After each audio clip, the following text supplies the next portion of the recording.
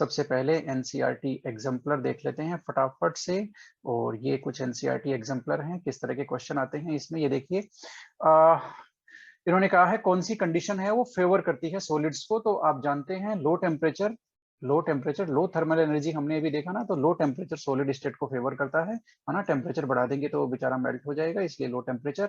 Okay, अब इन्होंने कहा है कौन सा इसमें से कैरेक्टरिस्टिक नहीं है किसका, क्रिस्टलाइन सॉलिड का। क्रिस्टलाइन सॉलिड का कौन सा ऐसा है जो कैरेक्टरिस्टिक नहीं है, तो क्रिस्टलाइन सॉलिड का ये नहीं है भाई। आइसोट्रोपिक एमोर्फस का होता है, बाकी सारे क्रिस्टलाइन सॉलिड्स के लिए अप्लाई होते हैं।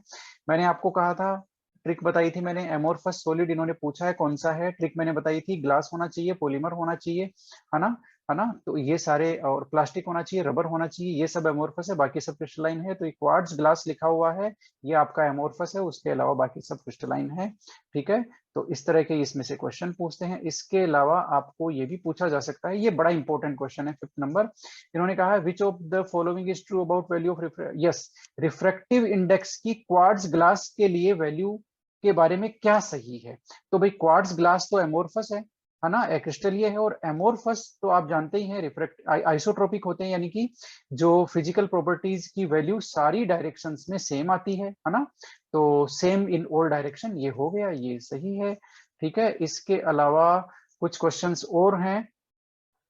एमोर्फस सॉलिड के लिए कौन सा सही नहीं है, कौन सा सही नहीं है भाई, अभी देखते हैं। ऑन हीटिंग दे में become crystalline in certain temperature, yes ये सही है, कुछ टेम्परेचर पे वो क्रिस्टलाइन में कन्वर्ट हो जाते हैं। They may become crystalline on keeping long time, yes ये भी सही है, बहुत दिनों तक रखने से वो क्रिस्टलाइन हो जाते हैं। इसीलिए बहुत पुराना ग्लास होता है ना, वो ट्रांसपेरेंट नहीं होता, वो मिल्की हो जाता है। जैसे आप एंशिएंट बिल्डिंग के जो ग्लास देखेंगे ना, वो मिल्की हो जाते हैं, क्योंकि वो थोड़े थोड़े क्रिस्टलीय हो गए, इसलिए ये भी सही है।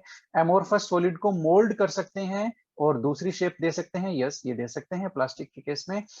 हाँ, एमोर्फस सॉलिड एनाइसोट्रोपिक नहीं होते भाई, ये इसमें सही आंसर है, ये नहीं होता एमोर्फस के लिए, बाकी ये 3 होते हैं। तो एग्जाम्पलर क्वेश्चन देखिए देखिए, इसलिए इंपॉर्टेंट है। इस एग्जाम्पलर क्वेश्चन ने आपको ये नहीं सिखाया कि इसका आंसर क्या है, इसने ये सिखाया कि आपको एमोर्फस के लिए ये 3 प्रॉपर्टीज होती हैं। एमोर्फस की ये 3 प्रॉपर्टीज होती हैं जो आपको याद रखनी है ना। तो इसलिए ये जो क्वेश्चंस हैं वो काफी ज्यादा इंपॉर्टेंट होते हैं। अब शार्प मेल्टिंग पॉइंट के लिए इसने पूछा है, हम जानते हैं ना शार्प मेल्टिंग पॉइंट किसका होता है, क्रिस्टलाइन सब्सटेंसेस का होता है। क्यों होता है, क्योंकि वो रेगुलर अरेंजमेंट होता है उनमें और लॉन्ग रेंज ऑर्डर को फॉलो करते हैं। ऑप्शन बी आएगा, regular arrangement of constituent particle over a long distance in the crystal lettuce, यानी कि कितना भी बड़ा क्रिस्टल हो, लॉन्ग रेंज ऑर्डर होता है। तो ये कुछ क्वेश्चंस थे। इसी के साथ हमारे पास कुछ और क्वेश्चन भी है क्या, देखते हैं। नीट की एग्जाम के कुछ क्वेश्चन है क्या, हाँ है तो सही। ग्लास, ये 91 में भाई, बहुत पुराना है भाई, 30 साल हो गए। ग्लास क्या है, तो ग्लास एक सुपर कूल्ड लिक्विड है, क्योंकि ग्लास एमोर्फस होते हैं और एमोर्फस सुपर कूल्ड लिक्विड होते हैं, इसलिए ग्लास एक एमोर्फस सुपर कूल्ड लिक्विड है, ये आंसर इसमें सही है। ये देखिए जरा, most crystal show good cleavage. Cleavage क्यों दिखाते हैं भाई, क्लीवेज प्रॉपर्टी हमने अभी देखा ना, क्रिस्टलाइन सब्सटेंसेस शो करते हैं, एमोर्फस क्लीवेज प्रॉपर्टी शो नहीं करते। क्यों, क्योंकि इनमें जो पार्टिकल्स होते हैं वो प्लेन्स में अरेंज होते हैं क्रिस्टलाइन सब्सटेंसेस में। तो आंसर आएगा डी, कि इनमें पार्टिकल्स होते हैं वो अरेंज्ड इन प्लेन्स, इसलिए ये क्लीवेज प्रॉपर्टी शो करते हैं। इसी के साथ ये देखिए, ये बड़ा इंपॉर्टेंट है, मैंने कहा था ना वो 2 टर्म, आइसोमॉर्फिज्म पॉलीमॉर्फिज्म, उनमें से कभी भी एक क्वेश्चन आ सकता है आपके सामने। यस, एक सब्सटेंस की 2 या 2 से ज्यादा क्रिस्टलाइन स्ट्रक्चर है तो उसको क्या बोलेंगे, उसको पॉलीमॉर्फिज्म बोलेंगे, है ना।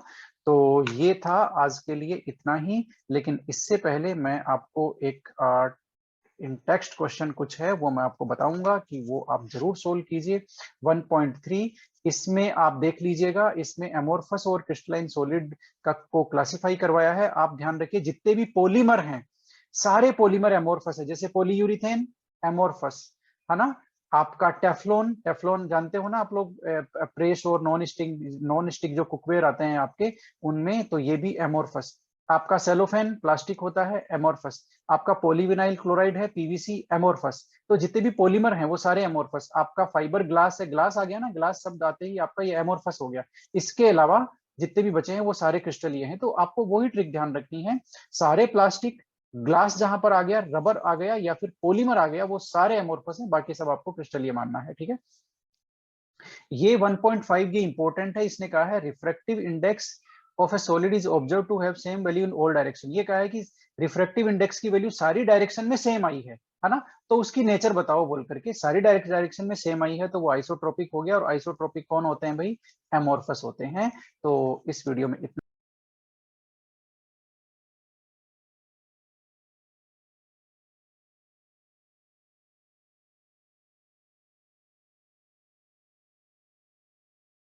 क्वेश्चंस हमारे पास हैं क्या? हाँ है तो सही। ये देखिए एनसीईआरटी का इंटेक्स्ट क्वेश्चन है 1.6। इसमें हमें क्लासिफाई करना है। तो सबसे पहले ये पोटेशियम सल्फेट है, ये तो आयनिक सॉलिड है, आयनिक सॉल्ट है आप जानते हैं। टिन ये मेटेलिक सॉलिड है, बेंजीन ये मोलिकुलर सॉलिड है, यूरिया ये भी मोलिकुलर सॉलिड है, अमोनिया ये भी मोलिकुलर सॉलिड है, आपका वाटर है ये हाइड्रोजन बॉन्डेड भी बोल सकते, हाँ मोलिकुलर सॉलिड में हाइड्रोजन बॉन्डेड है, ठीक है कोई बात नहीं। आपका जिंक सल्फाइड है ये भी आयनिक सॉलिड है, ग्रेफाइट आपका कोवलेंट या नेटवर्क सॉलिड है, ठीक है। रूबिडियम मेटेलिक सॉलिड है, ऑर्गन ये जरा ध्यान रखना ये आपका नॉन पोलर मोलिकुलर सॉलिड है, सिलिकॉन कार्बाइड ये आपका कोवलेंट या फिर नेटवर्क सॉलिड है, ठीक है। इसी तरह से ये क्वेश्चन देखिए, इन्होंने कहा है कि एक ऐसा सॉलिड है ए जो बहुत ज्यादा हार्ड है, इलेक्ट्रिकल इंसुलेटर है in solid state as well as in molten state, यानी कि मोल्टन स्टेट और सॉलिड स्टेट दोनों में इलेक्ट्रिकल इंसुलेटर है और इनके मेल्टिंग पॉइंट बहुत ज्यादा हाई है, एक्सट्रीमली हाई। तो ये तो कौन से होते हैं, कोवेलेंट होते हैं, है ना, या नेटवर्क सॉलिड होते हैं, ग्रेफाइट डायमंड वाले, ठीक है। तो इसी तरह से ये 1.9 देखिए, which type of solid are electrical conductor, malleable and ductile. ये कौन से होते हैं, मेटेलिक होते हैं, जो मेलिएबल होते हैं और डक्टाइल होते हैं। तो ये एनसीईआरटी के टेक्स्ट क्वेश्चन थे। इसी के साथ हमारे पास कुछ और क्वेश्चन भी हैं क्या, फटाफट देखते हैं। कुछ हमारे पास क्वेश्चन है क्या, ताकि वीडियो कम से कम लंबा हो। यस, तो ये सेम इन टेक्स्ट क्वेश्चन है। लास्ट में चलते हैं कहीं, कुछ चैप्टर एंड एक्सरसाइज एनसीईआरटी में हम देख लेते हैं, कुछ इंपॉर्टेंट है क्या। यस, हमें एक क्वेश्चन मिलना चाहिए। हाँ ये रहा, ये देखिए ये क्वेश्चन काफी ज्यादा इंपॉर्टेंट है। एनसीईआरटी चैप्टर एंड एक्सरसाइज में हम लोग आ गए हैं, क्वेश्चन नंबर 1.3। यहाँ पर इनको क्लासिफाई करना है, ठीक है। तो ग्रेफाइट तो आप जानते ही हो कोवेलेंट होता है, ब्रास आप जानते हो मेटेलिक होता है, रूबिडियम भी मेटेलिक होता है, LiBr आयनिक सॉलिड होता है, सिलिकॉन ये कोवेलेंट सॉलिड होता है, नेटवर्क सॉलिड होता है, जरा ध्यान रखना। ये फोस्फोरस डेकोक्साइड ये आपका मोलिकुलर सॉलिड है, अमोनियम फॉस्फेट ये आयनिक सॉलिड है, आयनिक सॉल्ट है, ये आयनिक सॉलिड है, सिलिकॉन कार्बाइड कार्बोरंडम, इसको ध्यान रखना, जरा बच के रहना इससे, ये आपका कोवेलेंट सॉलिड है, आयोडीन मोलिकुलर सॉलिड है, फॉस्फोरस मोलिकुलर सॉलिड है, प्लास्टिक आपका एमोर्फस सॉलिड है। तो इस तरह से ये जो है ये आपको ध्यान रखना है। ये था एनसीईआरटी का चैप्टर एंड एक्सरसाइज। अब इसके कुछ क्वेश्चंस देखते हैं और हमारे पास कुछ है क्या। यस, ये एनसीईआरटी के एग्जाम्पलर क्वेश्चंस हैं, वो भी हम लोग देख लेते हैं फटाफट। एनसीईआरटी के एग्जाम्पलर क्वेश्चंस, आयोडीन मॉलिक्यूल्स।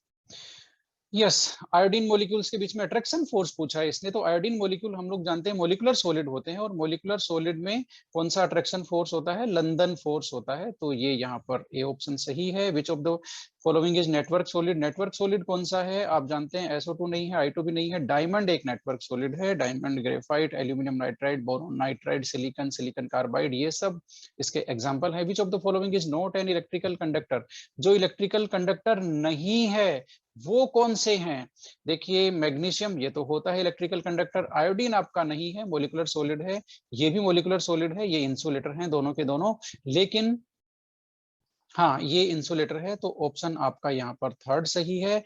ये जो टाइटेनियम ऑक्साइड है इससे जरा बच के रहना, बैंड थ्योरी के बेसिस पे ये आपका इलेक्ट्रिकल कंडक्टर है, जबकि आपको लग ऐसा रहा होगा कि ये आयनिक सॉलिड भी, जो आयनिक सॉलिड है ना, वो सॉलिड स्टेट में इंसुलेटर होते हैं, लेकिन ये एक तरह से एक्सेप्शनल केस है। टाइटेनियम ऑक्साइड ये इलेक्ट्रिकल कंडक्टर है, ठीक है, इसको जरा ध्यान रखना बैंड थ्योरी की एक्सप्लेनेशन के according. Yes, which of the following is not the characteristic of ionic solid, का कौन सा कैरेक्टरिस्टिक नहीं है भाई, तो आयनिक सॉलिड का कैरेक्टरिस्टिक ये नहीं है, very low value of electrical conductivity in molten state, नहीं भाई, इनकी अच्छी खासी कंडक्टिविटी होती है, वेरी लो वैल्यू नहीं होती है, इसलिए ये नहीं होता है इनका कैरेक्टरिस्टिक, ये ऑप्शन सही है। Graphite is good conductor of electricity due to presence of, सब जानते हैं, फ्री वैलेंस इलेक्ट्रॉन होता है। ये मैंने वो बताया था टाइटेनियम ऑक्साइड का, ये वापस उसी तरह का क्वेश्चन आ गया है, विच ऑफ द, जिसमें एक्सेप्शन है। कौन सा ऐसा ऑक्साइड है जिसमें कंडक्टर और इंसुलेटर होना टेम्परेचर पे डिपेंड करता है, यानी टेम्परेचर इंक्रीज कर देंगे तो वो कंडक्टर हो जाएगा, टेम्परेचर डिक्रीज कर देंगे तो वो इंसुलेटर हो जाएगा। ये आपका टाइटेनियम का ऑक्साइड है, टाइटेनियम ट्राईऑक्साइड। ये इंपॉर्टेंट है, इसकी कंडक्टिविटी टेम्परेचर पे डिपेंड करती है, टेम्परेचर इंक्रीज करते हैं तो बैंड गैप है वो कम हो जाता है और इसमें कंडक्टिविटी बढ़ जाती है, तो ये जरा बच के रहना इंपॉर्टेंट है। मेटल के, ऐसा कौन सा ऑक्साइड है जिसकी इलेक्ट्रिकल कंडक्टिविटी मेटल के जैसी होती है, तो वो क्रोमियम का ऑक्साइड है। ये देख लीजिए, इसमें कंडक्टिविटी मेटल की जैसी होती है। लेटिस साइट में pure crystal can not B occupied, yes. Constituent particle क्या नहीं हो सकता, देखिए इलेक्ट्रॉन एक कॉन्स्टिट्यूएंट पार्टिकल नहीं हो सकता, है ना। तो ये क्रिस्टल लेटिस में, लेटिस साइट को इलेक्ट्रॉन ऑक्यूपाई नहीं कर सकता, मोलिक्यूल, आयन, एटम सब कर सकते हैं, आपका इलेक्ट्रॉन नहीं कर सकता। Graphite can not be classified as, graphite can not be classified as, तो ग्रेफाइट को हम क्या नहीं बता सकते, ग्रेफाइट कंडक्टिंग सॉलिड है, कंडक्टर है, नेटवर्क सॉलिड भी है, कोवलेंट सॉलिड भी है, यस। आयनिक सॉलिड नहीं है, तो ये आंसर इसका सही है। ये थे हमारे साथ कुछ ऐसे क्वेश्चंस, एनसीईआरटी एग्जाम्पलर क्वेश्चन। अब कुछ और देखते हैं, ये हमारे पास कुछ जेई के क्वेश्चन हैं। जेई 2020 में इन्होंने पूछा हुआ है कि x melts at low temperature, low temperature पे मेल्ट होता है और बैड कंडक्टर है इलेक्ट्रिसिटी का, लिक्विड में और सॉलिड स्टेट दोनों में। तो एक्स क्या है बोल करके, जिंक सल्फाइड नहीं, ये मेटेलिक मेटेलिक सॉलिड है, ये मोल्टन स्टेट में कंडक्टर होता है। सिलिकॉन कार्बाइड लो टेम्परेचर पे मेल्ट नहीं होता, ये भी नहीं है। मर्क्यूरी, ये तो पहले से ही मेल्टेड होता है और ये कंडक्टर भी होता है, तो ये भी नहीं है। कार्बन टेट्राक्लोराइड, ये देखिए carbon tetrachloride low melting point, आपने ध्यान दिया, मोलिकुलर सॉलिड्स का लो मेल्टिंग पॉइंट होता है ना, इसलिए लो मेल्टिंग पॉइंट से आपको पहचानना है वो किसका है, वो है आपके किसका, कार्बन टेट्राक्लोराइड का, इसका लो मेल्टिंग पॉइंट है और ये इलेक्ट्रिकल इंसुलेटर है लिक्विड में और सॉलिड स्टेट दोनों में। उसके बाद में आईआईटी में एक और आया हुआ है, क्या आया हुआ है देखते हैं, which of following exist as covalent crystals. Covalent crystals में कौन एग्जिस्ट करता है भाई, सिलिकॉन करता है, ठीक है। ये मोलिकुलर है, ये भी मोलिकुलर है, ये भी मोलिकुलर है, इसकी हम बात कर चुके हैं, yes. Among the following which is the best description of water, water के लिए बेस्ट डिस्क्रिप्शन क्या है भाई, तो वाटर के लिए बेस्ट डिस्क्रिप्शन है वो मोलिकुलर सॉलिड होता है। तो ये कुछ जेई के क्वेश्चंस थे, कुछ नीट के क्वेश्चंस भी देख लेते हैं, कुछ है क्या हमारे पास। यस है तो सही। इन्होंने पूछा है कैटायन, नीट कब आया हुआ है, 2000 में। Cation and A9 combines in A crystal, तो कौन सा क्रिस्टल बनेगा भाई, आयनिक बनेगा, ये कोई पूछने की बात है। यस, ये बोला है दो आयनिक सॉलिड है, कैल्शियम ऑक्साइड और के आई, है ना, इनके लिए क्या गलत है, रॉन्ग पूछा है, कौन सा गलत स्टेटमेंट है, तो इसके लिए ये गलत है, के I is soluble in benzene, नहीं भाई, के आई आयनिक सॉलिड है और वो पोलर सॉल्वेंट्स में डिजोल्व होगा, लाइक डिजोल्व लाइक वाले फॉर्मूले से होगा ये, ठीक है। तो यहाँ पर ये गलत है के आई के लिए। ये आपका जो है वो कुछ क्वेश्चंस थे हमारे पास जो कि इसमें आए हुए हैं नीट के एग्जाम में, और कुछ देख लेते हैं। यस, आरपीएससी के एग्जाम में भी कुछ क्वेश्चंस आए हुए हैं, ये लेक्चरर टेक्निकल एजुकेशन जो है वहां से लिए हुए हैं दो क्वेश्चन, 2014 से पॉलिटेक्निक कॉलेज के लिए जो एग्जाम होता है उसके लिए। इन्होंने यहाँ पर ये जो क्वेश्चन पूछा है काफी लंबा है, आप इसको पढ़ लीजिएगा, इन्होंने बहुत सिंपल है, इसका आंसर यहाँ से आएगा, it is the hardest non substance. ये हार्डेस्ट नॉन सब्सटेंस है, तो हार्डेस्ट, सबसे ज्यादा हार्डेस्ट तो आप जानते ही हैं डायमंड है, और बाकी इसकी इन्होंने प्रॉपर्टी लिख रखी है, आप इसको पढ़ करके इस क्वेश्चन को सोल्व कर सकते हो। यहाँ पर ग्रेफाइट का इन्होंने हाइब्रिडाइजेशन पूछा है, तो हम जानते हैं ग्रेफाइट का तो sp2 हाइब्रिडाइजेशन होता है, तो इस तरह से ये दो क्वेश्चन आरपीएससी का जो टेक्निकल एजुकेशन का जो लेक्चरशिप का एग्जाम होता है उसके उसमें आए हुए हैं। कुछ और क्वेश्चन भी हैं क्या, नहीं है, कुछ नहीं है। इसी के साथ हमारा ये जो टॉपिक है वो कंप्लीट हुआ। उम्मीद करता हूँ कि मैं इसे थोड़े कम टाइम में खत्म कर पाया हूँ ताकि आपका कम टाइम वेस्ट हो। थैंक यू वेरी मच, बने रहिए learning chemistry with SK Verma. Thank you once again.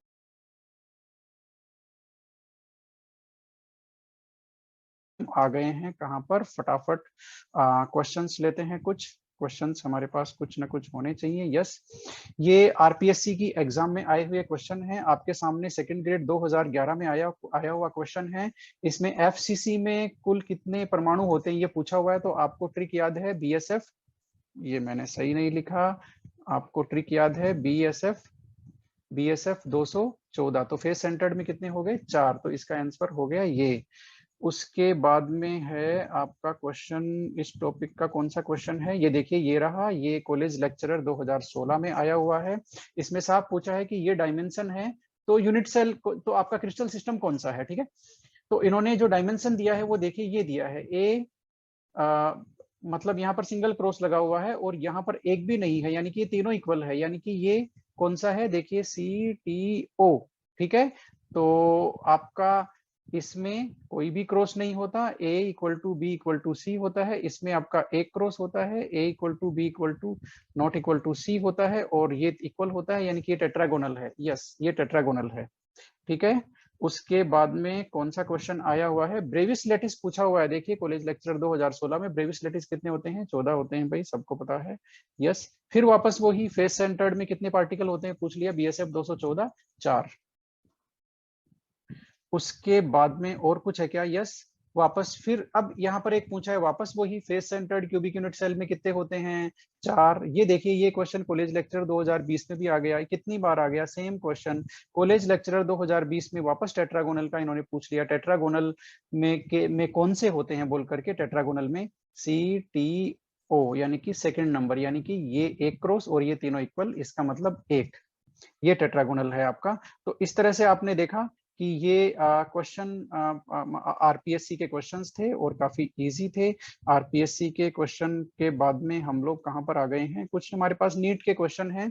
ये क्वेश्चन है, इस तरह के क्वेश्चन आप बहुत आराम से कर सकते हैं। ऑर्थोरोम्बिक इन्होंने पूछा है, ऑर्थोरोम्बिक में एक्सियल एंगल इन्होंने पूछे हैं। तो ऑर्थोरोम्बिक में एक्सियल एंगल यानी कि CTO थर्ड वाला, यानी कि एक्सियल एंगल इक्वल होते हैं, आपका बी आएगा आंसर, ठीक है।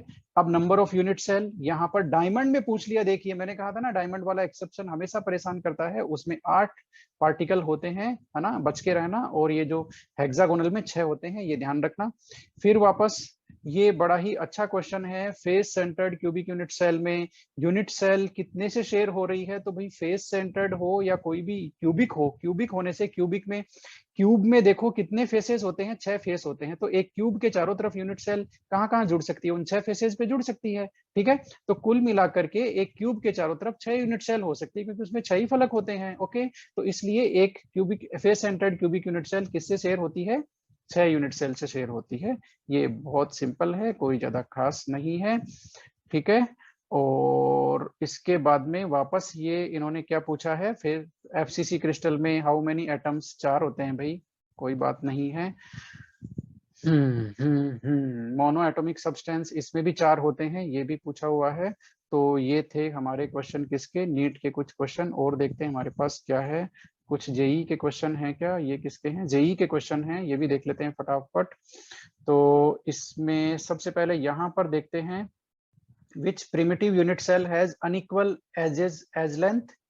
हाँ, मतलब ये तो एज लेंथ है उनकी और एंगल सारे ही 90 से डिफरेंट होने चाहिए। वो कौन सी है? वो बोल करके ट्राई क्लिनिक है, सबसे लास्ट वाली एसिमेट्रिक, आप जानते ही हैं जो मोस्ट एसिमेट्रिक है वो। इसके बाद में ये वाला क्वेश्चन भी आप कर सकते हैं, मोनोक्लिनिक पूछा है, आप कर सकते हैं। अब आपको पकड़ में आ गया टेबल से क्वेश्चन कैसे करना है। तो ये थे हमारे क्वेश्चन, कौन से आपके क्या बोलते हैं, अब कुछ एनसीईआरटी के क्वेश्चन ले लेते हैं। एनसीईआरटी का इंटेक्स्ट क्वेश्चन है ये, इन्होंने यही कहा है कि how much portion of an atom located at corner और body centred of a cubic unit cell is part of neighbouring unit cell. Yes, neighbouring unit cell का कितना पार्ट है? तो आप जानते हैं, देखिए कॉर्नर पे जो पार्टिकल प्रेजेंट होता है, तो एक कॉर्नर 8 यूनिट सेल के बीच में शेयर होता है, तो उसका 1/8 पोर्शन तो एक यूनिट सेल में कंट्रीब्यूशन होता है। तो एक यूनिट सेल में 1/7 है, तो बाकी नेबरिंग कितनी बच गई? नेबरिंग बच गई 7 यूनिट सेल। तो 7 यूनिट सेल में क्या कंट्रीब्यूशन हो गया? 7/8। ये क्वेश्चन बड़ा ही खतरनाक है, इसका आंसर आएगा 7/8। एनसीईआरटी इंटेक्स्ट क्वेश्चन 1.13 देख लेना, ठीक है। Body centred of cubic unit cell body centre पे जो प्रेजेंट होता है उसका नेबरिंग में कितना कंट्रीब्यूशन है, नेबरिंग में उसका 0 कंट्रीब्यूशन है, क्योंकि वो सारा का सारा पार्टिकल उसी यूनिट सेल के लिए काउंट होता है। तो ये वीडियो हो सकता है थोड़ा लंबा हो गया हो, लेकिन कंप्लीट है, देखिए, एंजॉय कीजिए। Learning chemistry with SK. Verma, मिलते हैं फिर। Thank you very much.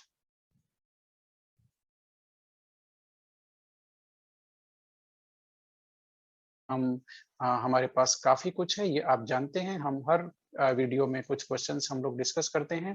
तो सबसे पहले यहाँ पर हम आ गए हैं, हमारे पास एनसीईआरटी के कुछ क्वेश्चंस हैं।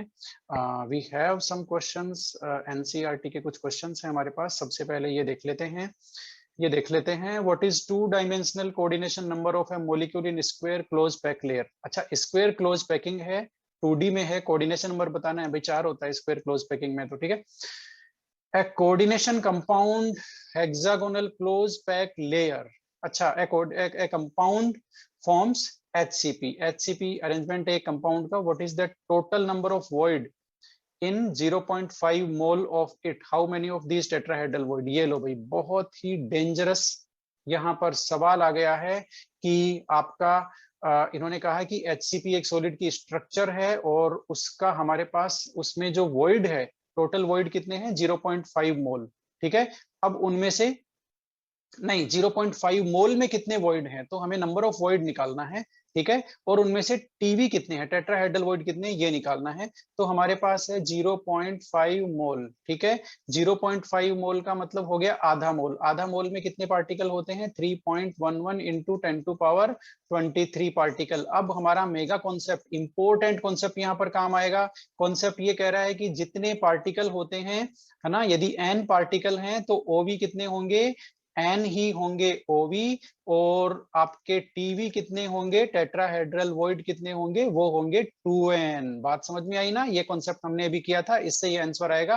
तो 0.5 मोल का मतलब इतने पार्टिकल हो गए, आधा मोल, ठीक है। अब इसका मतलब ओवी कितने हो गए, ओवी हो गए इतने ही, ओवी हो गए 3.011 इंटू 10⁻23, और टीवी होता है डबल, है ना, जितने पार्टिकल होते हैं उसका डबल टेट्राहेड्रल वॉइड होता है, यानी कि आपके टेट्राहेड्रल वॉइड हो गए 6.022 इंटू 10⁻23, ठीक है ना। ये हो गया आपका टेट्राहेड्रल वॉइड का नंबर। तो ये टोटल नंबर ऑफ वॉइड पूछा है इसने यहाँ पर, what is the total number of void. तो टोटल नंबर ऑफ वॉइड तो इनका आप टोटल कर दो, वो आ गया। और उसमें से टेट्राहेड्रल कितने हैं, उसमें से टेट्राहेड्रल इतने हैं। ये बहुत ज्यादा इंपॉर्टेंट सवाल था, क्योंकि ये एनसीईआरटी का सवाल है, आपके आराम से आ सकता है। ये देखिए जरा, which of the following lattice has highest packing efficiency. Highest packing efficiency तो भाई हेक्सागोनल क्लोज पैकिंग की होगी 74, राइट। बीसीसी की तो 68 है और इसकी 52.4 है। ओके, तो ये हो गया, एनसीईआरटी के कुछ क्वेश्चंस थे वो भी हो गए। अब हम देखते हैं हमारे पास कुछ और है क्या। यस, ये सेकंड ग्रेड 2018 में क्वेश्चन आया हुआ है। इन्होंने कहा है सरल घनीय अंतः केंद्रीय घनीय, यानी कि बीसीसी, ठीक है, और आपका सिंपल क्यूबिक और घनीय निबिड़ संकुलित जालक में संकुलन क्षमता। तो सबसे पहले सिंपल क्यूबिक है, सिंपल क्यूबिक में 52.4 होता है, यानी कि आंसर या तो ये हो सकता है या ये हो सकता है। दूसरा अंतः केंद्रीय घनीय, यानी कि बीसीसी, बीसीसी में 68 होती है, इसका मतलब आंसर आपका ए आ गया 1, है ना। ये इन्होंने पैकिंग एफिशिएंसी पूछी है, बात को आप समझ रहे हैं मुझे लगता है। यस, तो अब हमारे पास आ गए नीट में भी, हमारे पास नीट के कुछ क्वेश्चंस हैं, पीवाईक्यू नीट।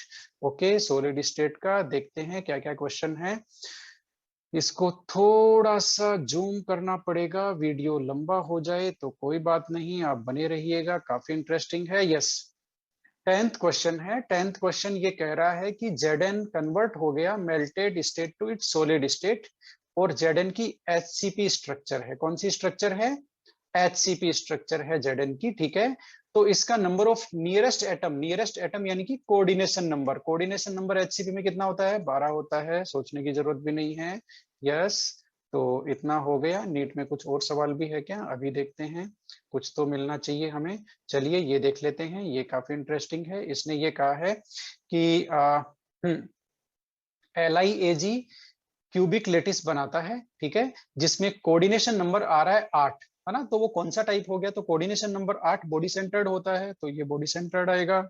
यस, और भी क्वेश्चन है क्या हमारे पास, देखते हैं नीट में कोई और क्वेश्चन है क्या। यस, नीट 2012 में ये क्वेश्चन आया हुआ है, और ये पूछ रहा है नंबर ऑफ ऑक्टाहेड्रल वॉइड पर atom present in CCP cubic close packing. तो पर एटम तो 1 होता है ऑक्टाहेड्रल वॉइड, आपको पता है ना। एन यदि टोटल नंबर ऑफ पार्टिकल है तो ओवी कितना होगा, ओवी भी एन ही होगा, यानी कि एक एटम पे एक ओवी, ठीक है। तो पर एटम 1 ओवी होगा। ये बड़ा इंटेलिजेंट सवाल था, 2012 में आया हुआ है नीट में। और देखते हैं कोई सवाल है क्या। यस, ये 2 बार आ गया है सवाल नीट में, 2015 और 2008 में। क्या पूछा है इसने, वैकेंट स्पेस पूछा है, खाली जगह बीसीसी में। अब बीसीसी की पैकिंग एफिशिएंसी तो 68 होती है, तो खाली जगह कितनी बची भाई, 32% बची। तो आंसर आपका सी हो गया, कोई दिक्कत नहीं है। तो ये थे हमारे पास कुछ नीट एग्जाम के सवाल, है ना। और हमारे पास कुछ और सवाल हैं क्या, हाँ है तो सही। Which of the following statement is not correct, अच्छा नॉट करेक्ट देखना है। यस, तो number of carbon atom in unit cell of diamond 8, ये हमने बात कर रखी है, होता है, सही बात है। ब्रेविस लेटिस कितने होते हैं, 14, ये भी ओके है, सही बात है, गलत नहीं है। और molecular solids are generally volatile, yes, उनका मेल्टिंग पॉइंट बहुत कम होता है, वो जनरली वोलेटाइल होते हैं।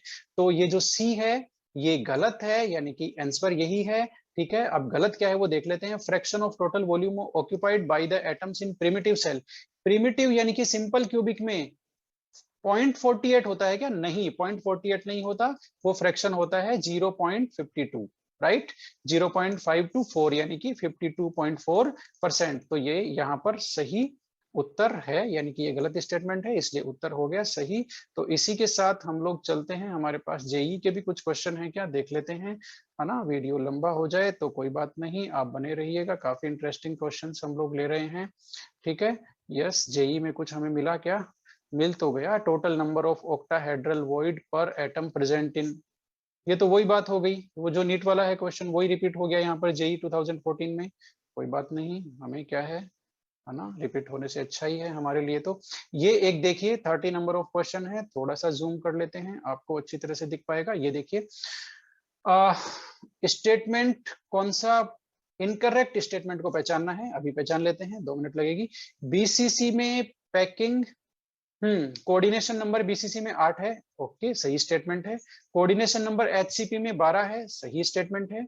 वॉइड स्पेस एचसीपी में 32 है, नहीं नहीं नहीं नहीं नहीं, एचसीपी में वॉइड 32 नहीं है, खाली स्पेस एचसीपी में पैकिंग एफिशिएंसी 74 होती है, तो खाली स्पेस 26% होता है, 32% नहीं होता, ये गलत स्टेटमेंट है, यही आंसर है, ठीक है। और देखते हैं और कुछ है क्या हमारे पास, आखिर कुछ तो हमें मिलना चाहिए, नहीं है भाई, इतना ही था, तो कोई बात नहीं। अब हम और आ जाते हैं, और क्या है, ये एनसीईआरटी एग्जाम्पलर है, काफी ज्यादा इंपॉर्टेंट है।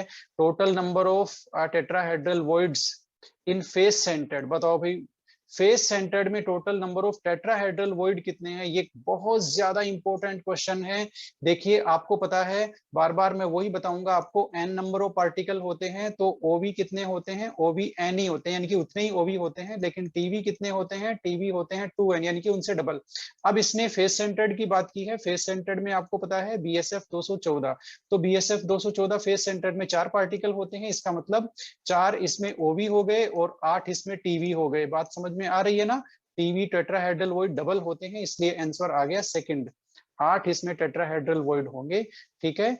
Which pair most efficient packing is present, है ना, यानी कि सबसे ज्यादा पैकिंग एफिशिएंसी किसकी है, तो सबसे ज्यादा पैकिंग एफिशिएंसी तो आपके इसकी है, एचसीपी और सीसीपी की, दोनों की 74 है। यहाँ पर बीसीसी आ गया 68 होती है, यहाँ पर भी बीसीसी आ गया 68 होती है, यहाँ पर ये सिंपल क्यूबिक आ गया 52 होती है, तो ये सेकंड ऑप्शन सही है, दोनों की 74। Percentage of empty space in BCC, empty space तो बीसीसी 32 आएगा, क्योंकि उसमें भरा हुआ स्पेस 68 है, एफिशिएंसी 68, तो खाली स्पेस आपका 32, ठीक है। Yes, not correct, not true, किसके बारे में, हेक्सागोनल के बारे में, नॉट ट्रू। अभी देख लेते हैं, कोऑर्डिनेशन नंबर 12, सही बात है, ये तो अच्छी बात है। ये 74, ये भी सही बात है, गलत बात तो नहीं है। Tetrahedral of second layer are covered by HCP of the third layer, या फिर arrangement of fourth layer is exactly aligned with those of first layer, बताओ भाई कौन सा सही नहीं है। तो tetrahedral void of the second layer are covered. Yes, जो हेक्सागोनल क्लोज पैकिंग है वो इसी से बनती है, टेट्राहेड्रल वॉइड को कवर करने से ही बनती है, यानी कि सेकंड लेयर के टेट्राहेड्रल वॉइड कवर करते हैं तब जाकर के हेक्सागोनल क्लोज पैकिंग बनती है। ये भी सही है, ये भी सही है, ये गलत है। ये गलत इसलिए है क्योंकि ये जो हेक्सागोनल क्लोज पैकिंग है ये आपकी ए बी टाइप की जो है वो पैकिंग होती है, एबीए टाइप की पैकिंग होती है, यानी कि फर्स्ट और थर्ड सेम है। इन्होंने कहा है फर्स्ट और फोर्थ के लिए इन्होंने कहा है कि वो सेम है, नहीं, ये गलत बात है, इसलिए यही सही उत्तर है। ठीक है, और देखते हैं कुछ है क्या। कोऑर्डिनेशन नंबर पूछा है किसमें, square close packing in 2D में स्क्वायर क्लोज पैकिंग का कोऑर्डिनेशन नंबर तो 4 होता है, ये तो सबको पता है ना। ऐसे ऐसे सवाल पूछते हैं, बताइए। कोई बात नहीं, हमें और अच्छे सवाल मिलने वाले हैं क्योंकि इसका नाम है NCERT exemplar. Correct order of packing efficiency, correct order of packing efficiency सबसे ज्यादा किसकी है? मेरे ख्याल से उत्तर आपका कौन सा सही है, थोड़ा सा कंफ्यूज इन्होंने करने की कोशिश की है, लेकिन हम होंगे नहीं क्योंकि हम कॉन्सेप्ट वाइज चल रहे हैं। सेकंड उत्तर है एफसीसी 74, फिर बीसीसी 68, फिर सिंपल क्यूबिक आपका 52। Okay, in the cubic unit cell has, unit cell के पास क्या है भाई, अभी देख लेते हैं। यूनिट सेल के पास 8 टेट्राहेड्रल वॉइड है, within the unit cell है, ये किसी से शेयर नहीं हो रहे। 8 टेट्राहेड्रल वॉइड तो यहाँ भी है, लेकिन ये कह रहा है कि shared by adjacent unit cell. नहीं भाई, शेयर कहीं नहीं होते हैं। 8 यूनिट सेल, 8 जो टेट्राहेड्रल वॉइड होते हैं वो उस यूनिट सेल के खुद के होते हैं, है ना। तो क्यूबिक क्लोज पैकिंग में यूनिट सेल कौन सी होती है? एफसीसी। और एफसीसी में आप number of particle BSF 214, 4 particle होते हैं, तो टीवी कितने हो गए? 8 हो गए, और वो किसी से शेयर नहीं होते हैं, तो आंसर आपका आएगा 4th। और कुछ है क्या? नहीं है, तो आज का